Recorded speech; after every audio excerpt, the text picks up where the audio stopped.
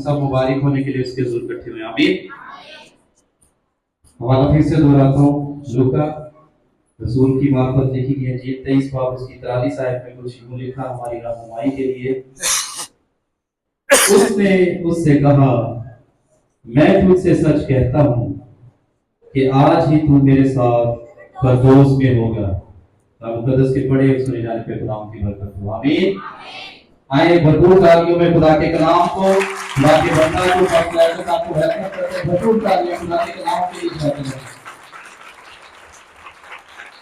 Hallelujah. मसीह में आप सबको सलाम। और इसके साथ ही महीने का पहला इतवार आप सबको मुबारक हो। तशरीफ रखिए।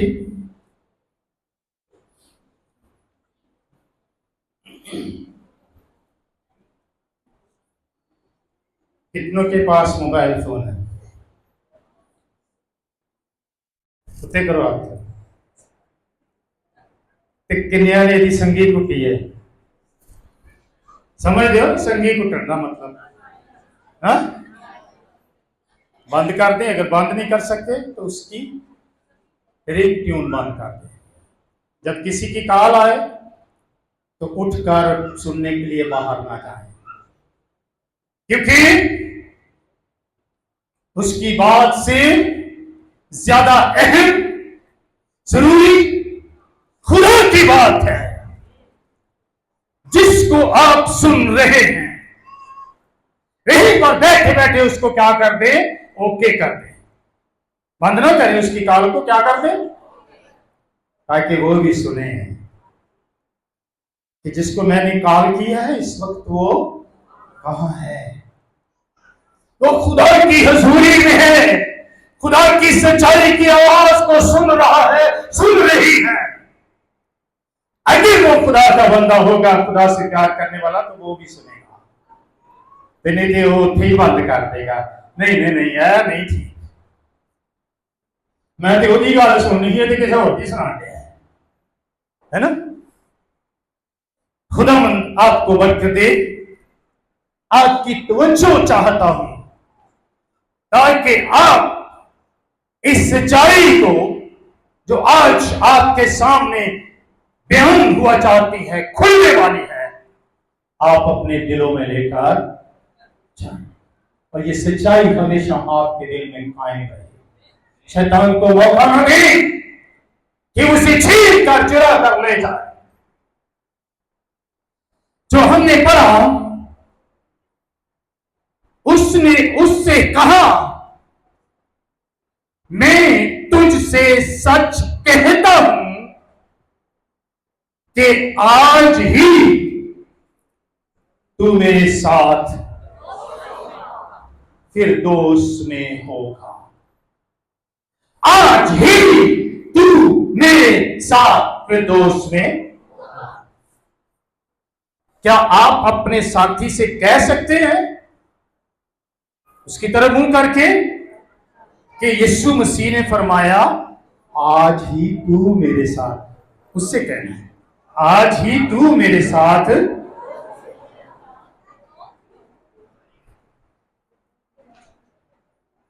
हालेलुया। फिरदौस में जाना इतना आसान नहीं है। फिरदौस में कदम रखना इतना आसान नहीं है। हम देखते हैं कि यीशु मसीह जब सलीब पर लटकाए गए और यीशु मसीह के दोनों तरफ दाएं और बाएं दो डाकू भी उसके साथ सलीब पर लटकाए गए थे। और वो डाकू अपने गुनाहों, अपनी बदों, अपनी बदकारियों, अपने नाफरमानियों, अपने जुर्म के बाइस सलीब पर लटके हुए थे।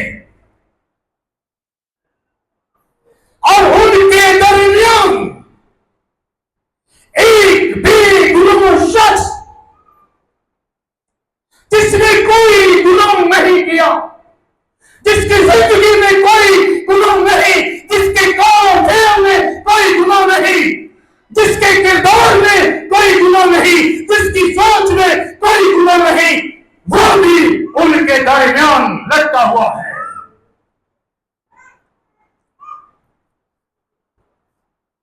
क्योंकि उसका तो मेरे से कोई गुनाह नहीं था, लेकिन उसने मेरे और आपके और दुनिया के गुनाह अपने ऊपर ले लिए, जिसकी पैदाइश में उसे सलीब पर जाना पड़ा। अब हम देखते हैं कि दो डाकू जो आलम है, उन्होंने इनके नाम बताए हैं, क्योंकि बाइबल में इनके नाम नहीं है, लेकिन लिखने वाले, तहरीर करने वाले, एक का नाम दिस्मास,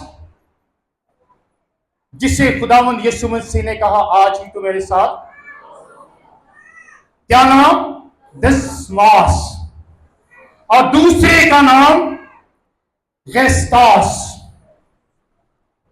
ये दिस्मास जो था ये यीशु के दाहिनी तरफ था, और गस्तास जो था वो यीशु के बाएं तरफ था। अब यहां पर हम देखते हैं कि वो दोनों ही यीशु मसीह के करीब तर हैं। दरमियान में यीशु मसीह है, दरमियान में जिंदगी है, जिंदगी का चश्मा है, दरमियान में वो हस्ती है जो उन दोनों को ही फिरदौस में ले जा सकती है। और इससे पहले कि ये डाकू जिसे खुदावन यीशु मसीह ने कहा कि तू आज ही मेरे साथ फिरदौस में होगा, ये कोई अच्छा शख्स नहीं था, इसका किरदार अच्छा नहीं था, इसका चाल चलन अच्छा नहीं था, ये कोई रास्तबाज नहीं था जिसे खुदावन ने कहा। और ये दोनों डाकू भी शुरू में मिलकर दूसरे लोगों के साथ यीशु मसीह का मजाक उड़ा रहे थे। मत्ती 27वां बाब और उसकी 44वीं आयत को पढ़िए। मुकद्दस मत्ती 27:44, और हम यहां पर देखते हैं इन डाकुओं के मुतालिक जो सलीब पर यीशु मसीह के साथ लटके हुए हैं। इसी तरह डाकू भी जो उसके साथ मसलूब हुए थे उस पर नाकाम करते थे। हाँ, इसी तरह डाकू भी, कौन? जो उसके साथ मसलूब हुए थे, हुआ था नहीं लिखा, ये जमा का सीखा है। उसके साथ मसलूब हुए थे, क्या कर रहे थे? सलीब पर यीशु मसीह के साथ वो क्या कर रहे थे? यीशु मसीह को जिंदगी का मजाक उड़ा रहे थे। उनकी नजात उनके करीब है, उनकी मखलसी उनके करीब है, जिंदगी उनके करीब है, फिरदौस उनके करीब है, लेकिन वो उसका क्या कर रहे हैं? मजाक उड़ा रहे हैं। आज की दुनिया में कितने लोग इसी तरह जिंदगी के करीब, यीशु के करीब, फिरदौस के करीब, निजात के करीब, लेकिन यीशु का वो क्या कर रहे हैं? मजाक उड़ा रहे हैं। अपने गुनाह, अपनी बदी नाफरमानी के बायस उसका आज भी मजाक उड़ा रहे हैं या नहीं जी? अगर यीशु गुनाहों के बायस, मेरे गुनाहों के बायस सलीब पर लटका है, तो मैं अगर आज भी गुनाह कर रहा, आज भी बदी, आज भी नाफरमानी, आज भी ज़िनाकारी, आज भी झूठ, फरेब, मक्कारी असर मेरी जिंदगी में है तो मैं जिंदगी का यीशु का क्या कर रहा हूं? मजाक उड़ा रहा हूं, सोचिए इस बात को। तो मजाक उड़ाने वाले जन्नत के हकदार हैं जी? हकदार हैं? कि फिर अपने बारे की ख्याल है जी? की ख्याल है? क्या ऐसा करने से मेरे लिए फिर दोस्त का दरवाजा खुलेगा? आपके लिए खुलेगा? नहीं। देखिए, जब खुदावंद यीशु मसीह ने सलीब पर पहला कलमा कहा, उसकी जुबान से ये कलमा निकला। दोनों डाकुओं ने इस कलमे को, इस आवाज को सुना और आज हम भी इस कलमे को, इस आवाज को सुनते हैं लेकिन कबूल नहीं करते। यीशु ने कहा, इनको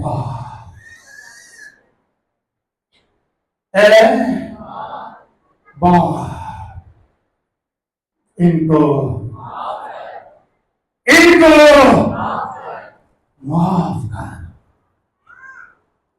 इनको माफ कर, इनके गुनाह माफ कर दे। और माफी जब मिलती है फिर ही हम खुदा की फिरदौस के हकदार।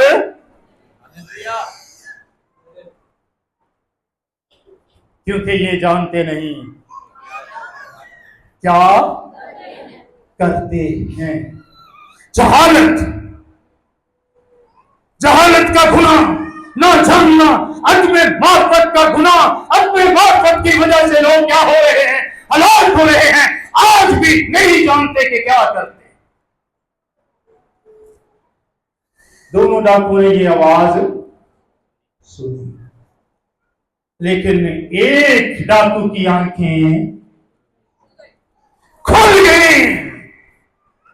ये कैसा शख्स है?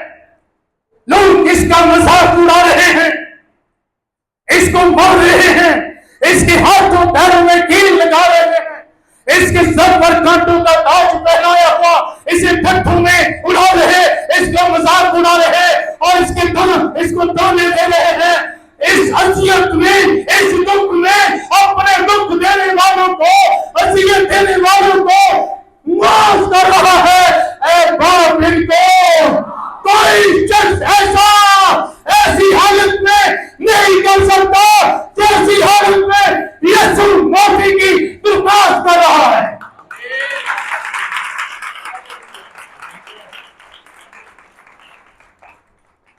उसकी आंखें खुल गई और दूसरे की आंखें, दूसरा लोगों को खुश करता रहा। इनको उनके साथ मिलकर क्या करता रहा? खुदावंद का मजाक उड़ाता रहा। तू भी उतर, हमें भी, क्या तू खुदा का बेटा नहीं है? लोगों को खुश करता रहा, लोगों की आवाज के साथ आवाज मिलाता रहा। लोगों को खुश करना छोड़ दे, लोगों की आवाज के साथ आवाज मिलाना छोड़ दे, यीशु की आवाज पर गौर करे। आज ही तू मेरे साथ फिरदौस में होगा। अगर आपने यीशु की आवाज को सुन लिया, उस माफी की आवाज को सुन लिया, आपके लिए भी ये माफी का दरवाजा खुल गया है।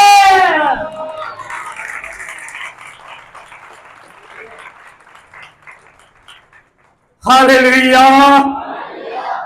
दसवां जो खुदावंद यीशु मसीह की दाहिनी तरफ मसलूब हुआ था, तो इतनी अज़ियत और तान और तशलीफ के बावजूद भी बुरा भला, कहना तो दरकिनार, मुआफ भी कर रहा है और सलामती की दुआ भी इतिस्मास ने सुना। क्या आज हम नहीं सुनते? नहीं सुनते? सुनते हैं तो क्या करते हैं? क्या रवैया होता है? अब जो दूसरा डाकू है वो क्या कर रहा है? गेस्टास क्या कह रहा है? हमारी सजा तो वाजिबी है। नहीं नहीं, दूसरे डाकू की बात कर रहा हूं जो बाएं तरफ है। दसमास की बात नहीं कर रहा। उनमें से एक उसे यूं ताना देने लगा। क्या करने लगा? ताना।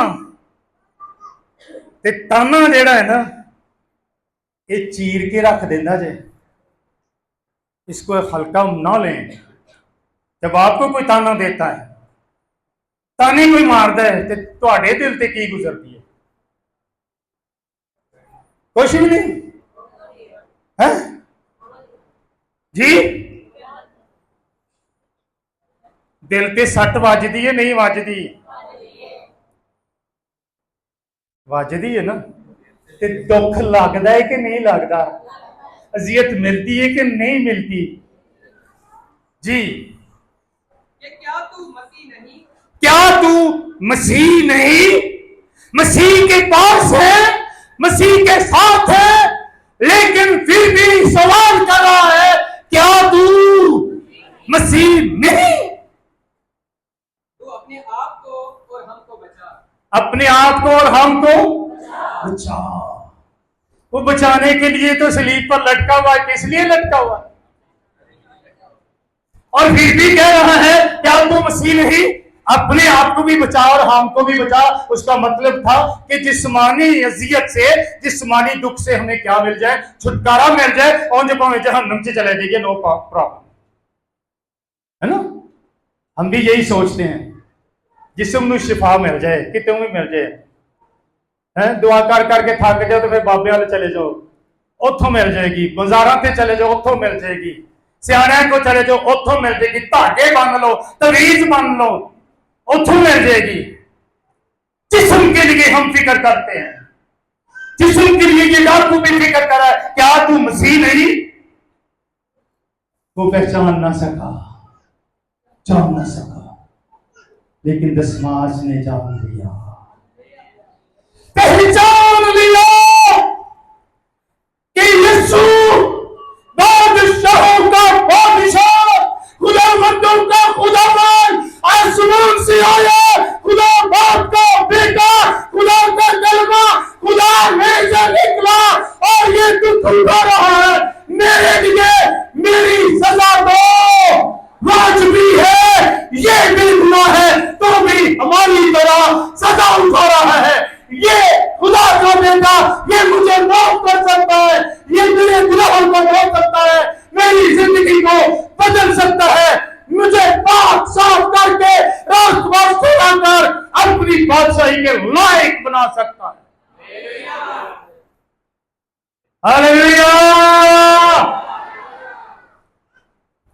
उसने दूसरे डाकू को छिड़का तो खुदा से नहीं डरता। इसका मतलब है खुदा का खौफ उसके अंदर आ गया। हालेलुया।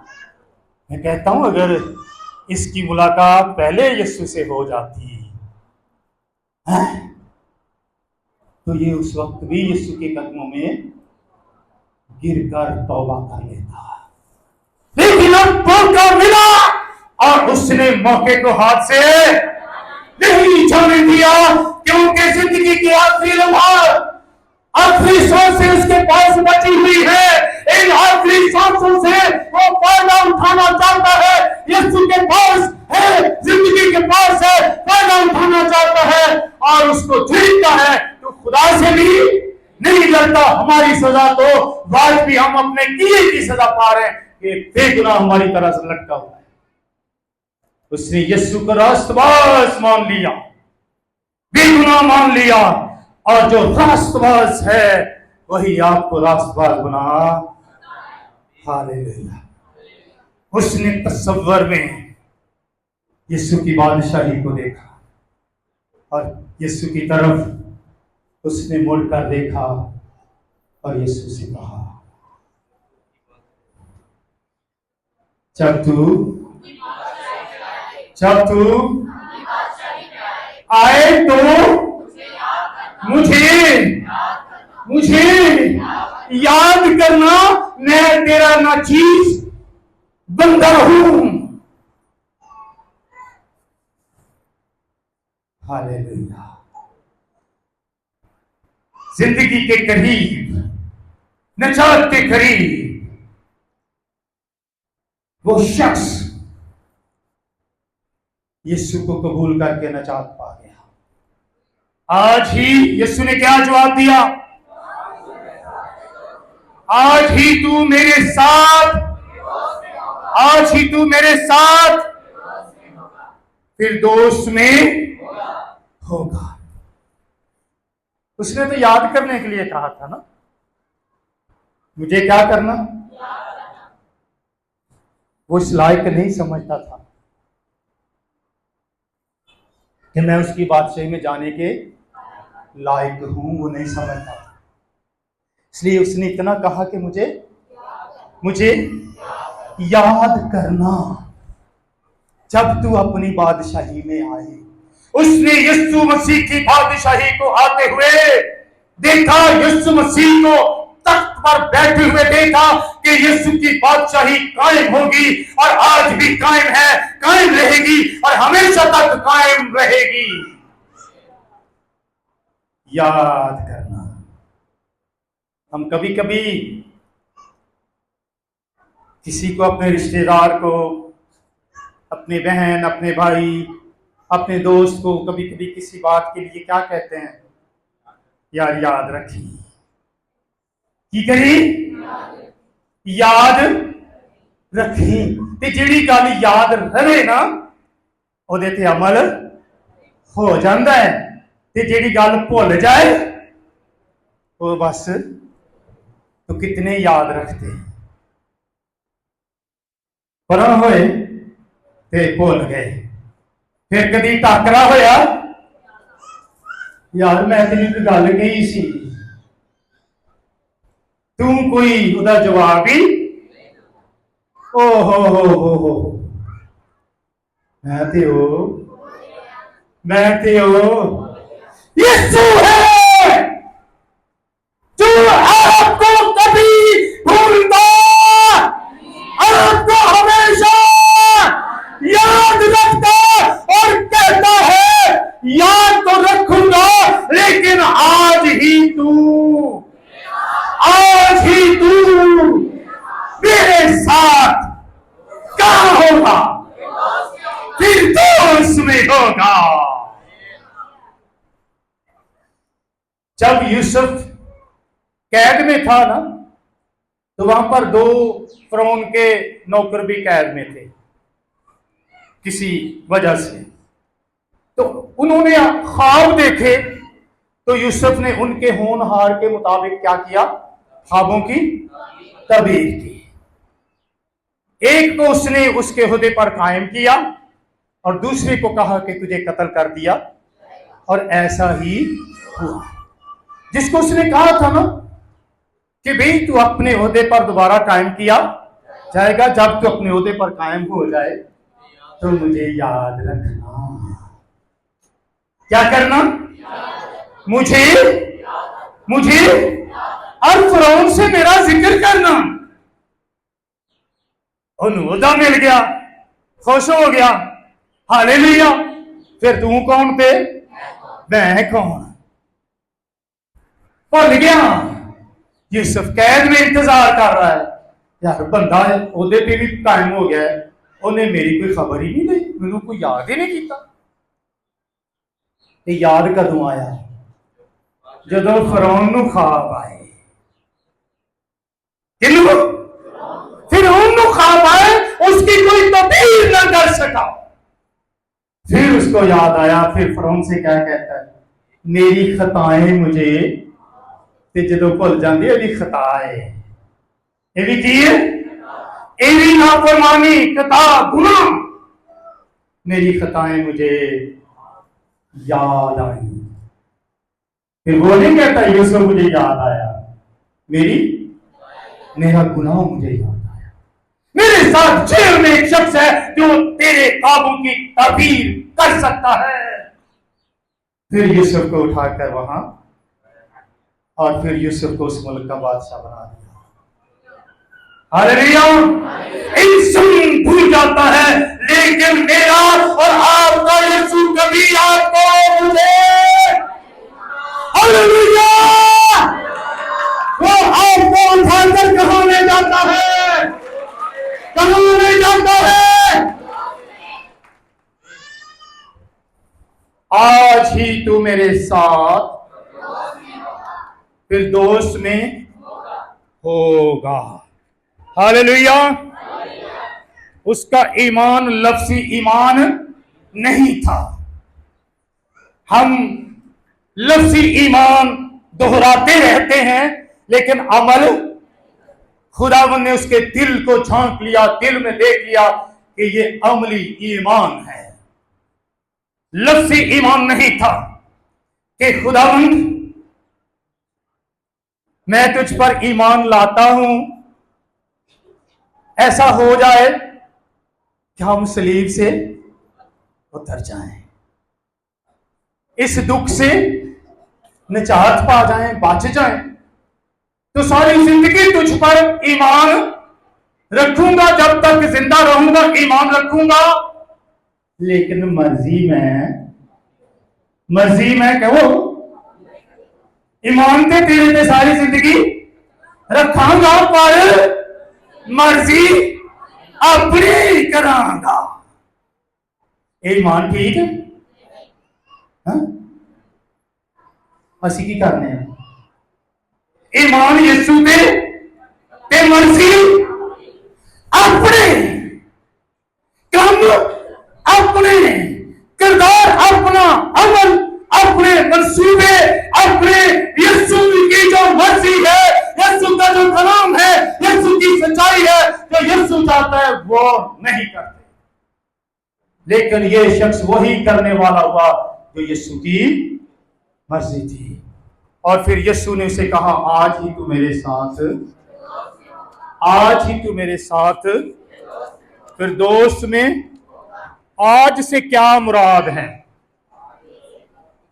आज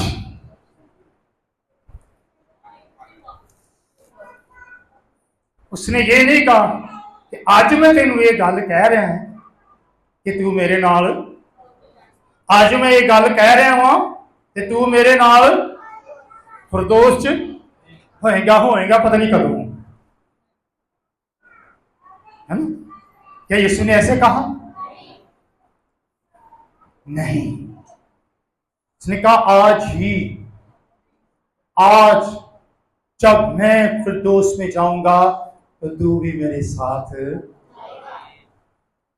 फिरदौस में, आज ही तू मेरे साथ फिरदौस में होगा। मेरे अज़ीज़ों, खुदावंद यीशु मसीह की दिल हिला देने वाली मौत को आता देखकर उनके शागिर्द गतसमनी में छोड़कर क्या हो गए थे? भाग गए थे। एक दिन जरूरत की थी कि मैं तेरे साथ मरने के लिए भी तैयार हूं, कभी तेरा साथ। लेकिन जब वो वहां दीवान खाना में गया, लोगों ने उसको पहचान लिया, तो ओवी नस गया, ओवी नस गया। एक शख्स कायम रहा, यूहन्ना, यीशु की सलीब तक उसके साथ रहा। लेकिन जब यीशु मर गया, दफन हो गया, तो ओवी भुल गया सी ना, अपना अपना कारोबार शुरू कर लिया था उन्होंने।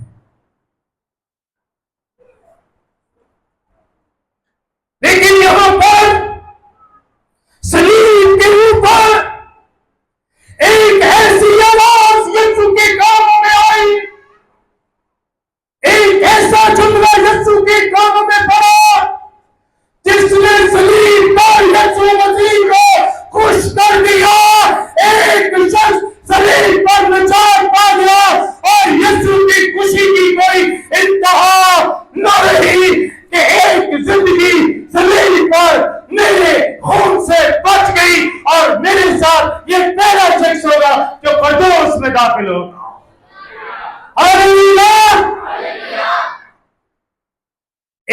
प्रकार के तौबा करने के बायस आसमान पर फरिश्तों के सामने क्या होता है? यीशु सलीब पर खुशी कर रहा है एक शख्स के लिए, क्योंकि वो उसके साथ कहां जा रहा है? यीशु क्या चाहता है? सिर्फ एक कोई जाए, हैं? जान के न्यारी देती है सारी दुनिया के गुनाहों के लिए, सारी दुनिया के लिए वो चाहता है कि वो मेरे साथ फिरदौस में। आज ही तो मेरे साथ फिरदौस में होगा। क्या किसी और ने ये अल्फाज कहे? क्यों नहीं कहे? किसी और के पास ये इख्तियार था? क्योंकि कोई और इसलिए अगर ये अल्फाज कहता तो उसी रोज उसे भी मरना पड़ता, और कोई इस तरह मरने के लिए तैयार नहीं। यीशु मसीह को उस डाकू ने जान लिया कि ये जो हस्ती मेरे साथ मसरूफ हुई है ये खुदा का बेटा है, ये परतूस से आया है, ये खुदा से निकला है, खुदा की बादशाही का वारिस है, खुदा का बेटा है, ये यहां से आया है वहीं पर जाएगा। इसलिए मैं इससे दरख्वास्त करता हूं मुझे भी ले जा। हालेलुया। ते जेड़ा जिथों आया है उत्थे ही ले जाएगा। ते जे कोई मौत की राह च आया ते वो मौत च लैके जाएगा, ते जे जिंदगी की राह चों आया ते हालेलुया।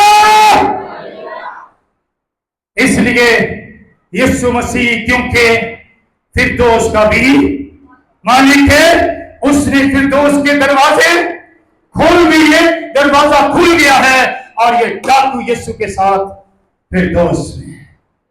Hallelujah, hallelujah. अब डाकू को जब ये कहा गया होगा तो उसका दिल खुशी से, मुसर्रत से, मेरे दोस्त की ओर से, मैं हमेशा की सजा से, मैं उस अब्दी मौत से, मैं आग और गंधक की झील से, मैं उन तीरों से जो मेरे जिस्म को नोच नोच कर खाएंगे बच गया। अब जन्नत में अपनी खुशी, अपनी आराम, अपनी सुकून, अपनी इत्मीनान, खुदा का जलाल और उसमें दाखिल हो जाऊंगा। हालेलुया। उन्हें दुख याद रहे, इंज दुख चले गए, सुकून हो गया। हालेलुया। ते सानू कदी दुख भुलदे ही नहीं। और सलीब पे बड़ा इत्मीनान के साथ अब वो सांसें दे रहा है, क्योंकि उसे इत्मीनान है कि जिसने मुझे ये कहा है वो करने की कुदरत। Hallelujah, hallelujah. सो मेरे अजीजों, जब आप यीशु मसीह को कबूल करते हैं तो वो आपसे भी ये कह रहा है, क्या भूल गए हो? कह सकते हैं फिर दोबारा एक दूसरे से एवं एवं कैसे?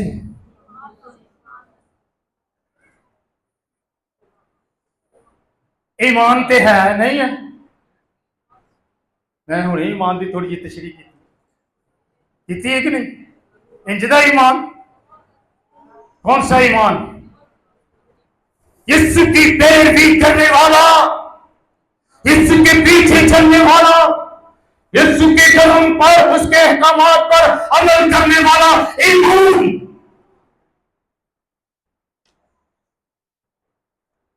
फिर तू भी आज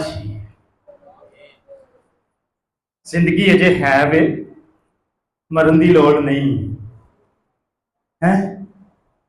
लेकिन जिस वक्त यीशु को सच्चे दिल से कबूल कर लेते हैं उसको अपने जिंदगी में अपने दिल के तख्त पर बिठा लेते, उसकी बादशाही को अपने अंदर कायम कर लेते हैं। यीशु उसी वक्त आपके अंदर आपके साथ होता है, उसकी बादशाही उसी वक्त आपकी जिंदगी में कायम हो जाती है। जब बादशाही कायम हो जाती है तो उस वक्त आप परदोष में होते हैं। हालेलुया। फिर जिंदा रहिए या मर जाइए, कोई टेंशन, कोई फिक्र, कोई दुख, कोई क्या कहते हैं अजियत, आपको बड़ा सुकून मिलेगा, आपको बड़ा आराम मिलेगा। हालेलुया। फिर दोस्त में होगा। फिर दोस्त क्या है जी? फिर दोस्त की ये मैं सिखाया भी है, फिर दोस्त तलक ना जी। फिर दोस्त क्या है जी? मेरे सिजो चंद अल्फाज जो फिरदौस के मुतल्लिक मुख्तलिफ ज़बानों में अदा किए गए हैं, मैं थोड़ा सा बताता हूँ, थोड़ा सा टाइम मेरे पास है। मेरे सिजो उर्दू लफ्ज़ फिरदौस ये अरबी ज़बान से ताल्लुक़ रखता है। किस ज़बान से?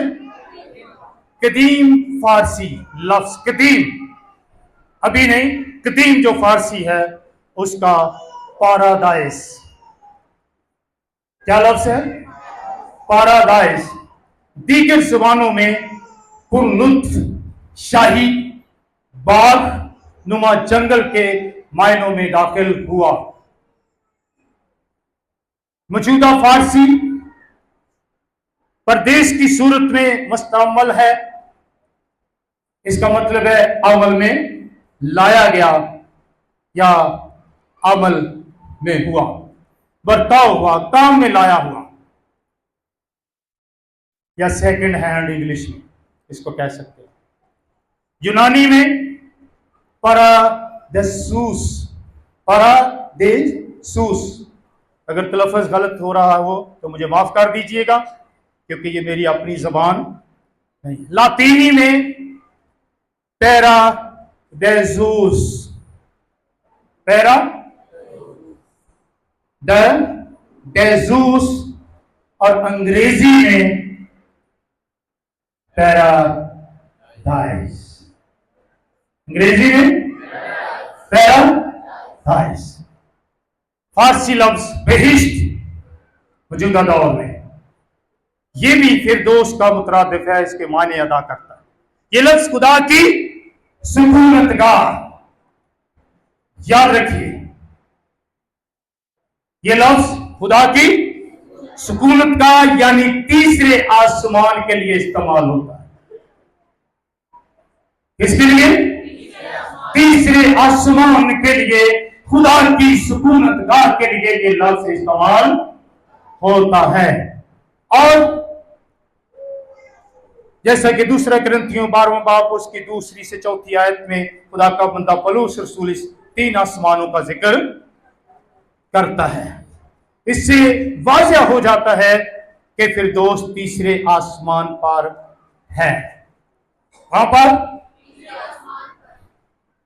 फिरदौस तीसरा आसमान नहीं है, बल्कि तीसरे आसमान पर है। यानी एक किताब, एक हिस्सा ऐसा है जहां पर फिरदौस है। यहां पर क्या है? और मैंने आपको ईस्टर के दिनों में ये सिखाया भी था कि यीशु मसीह जब मरे थे, कब्र में गए थे, तो फिर वो वहां कहां पर गए थे? उसी फिरदौस में, उसी खैमा में जहां पर हाथ का बनाया हुआ खैमा नहीं, अपना खून लेकर दाखिल हुए थे, वहां पर लगाया था और बाप से कहा था मैंने अपना खून दे दिया है, अब फिरदौस के दरवाजे को खोल दे। Hallelujah, hallelujah. और मेरे अजीजों, बल्कि मुमकिन तौर पर तीसरे आसमान पर एक खिता या इलाका है जिसमें जिंदगी का दरख्त है। वहां पर क्या है? इस फिरदौस में जिंदगी का दरख्त है। दूसरा मुकाशफा दूसरा बाब 7वीं आयत, इसके बारे में मैं आपको सिखा चुका। फिरदौस दरअसल आसमानी बाग या बागे अदन है। फिरदौस क्या है? बागे अदन, आसमानी बागे अदन जो आसमान का है। और इसी अदन और इसी फिरदौस की जो राह थी, जिंदगी के दरख्त की राह थी, इस जमीन की तरफ आती थी, इस पर पहरा बिठा दिया गया था। मतलब ये कि ये एक राह, ऐसा पुल है जिस पर से गुजरकर हम फिरदौस में दाखिल होते और जिंदगी के दरख्त के पास जाते हैं। तो मेरे शिशु, डाकू जान गया कि जिंदगी की राह यही है, यही फिरदौस में ले जा सकता है। इसलिए यीशु ने कहा, आज ही तू मेरे साथ, आज ही तू मेरे साथ फिरदौस में होगा, जिंदगी के दरख्त के पास होगा। और इसका मतलब ये हुआ कि खुदावंद यीशु मसीह इसी दिन अपनी और ताए डाकू की मौत के बाद सीधे तीसरे आसमान पर बाप की सुकूनत का आसमानी फिरदौस में दाखिल हुए। हालेलुया। और डाकू उसके साथ आज ही फिरदौस में चला गया। तो क्या आज ही आप फिरदौस में जाना चाहते हैं? एक हो डाकू इसी हो नहीं गया साडा शुमार किहदे च, सज्जे आले च या खब्बे आले च? जेड़ा ठट्ठे करता सी। ठट्ठे करन दा मतलब आप समझते हो? तानिया दा मतलब आप समझते हो? अगर आज भी असी गुनाह करने ते असी खुदावंद की करने, ठट्ठे करने, मजाक करने। असी उस डाकू का किरदार अदा करने जेड़ा जन्नत के कोल हुंदियां होया, जिंदगी के कोल हुंदियां होया जिंदगी नहीं पा सकता, दोज़ख च चला गया, अग च चला गया। लेकिन एक यीशु दे नाल फिरदौस चला गया, ओदी बादशाही चला गया। सोचिए असी किना चो लोकां नूं खुश करन वाले या यीशु नूं खुश करन वाले? लोकां दे नाल मिल के ठट्ठे करन वाले या उस डाकू के नाल मिल के उन्होंने भी मना करने वाले कि तू खुदा तो नहीं डरता, खुदा का खौफ नहीं है तेरे अंदर? क्या कभी हमने किसी से कहा अगर कोई ऐसी बातें कर रहा हो, क्या कभी किसी ने हाँ हाँ तू ठीक कहन जी भावे होवे ते भावे रह जाते हैं नाल, क्योंकि हम आदमियों को खुश करने वाले हैं, खुदा को नहीं। खुदा को खुश करने वाले बन जाए, जन्नत में चले जाएंगे।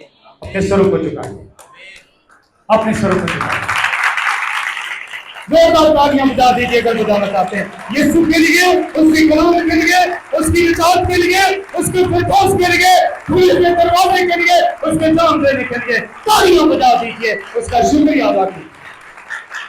हालेलुया। खुदा आप सबको बरकत दे।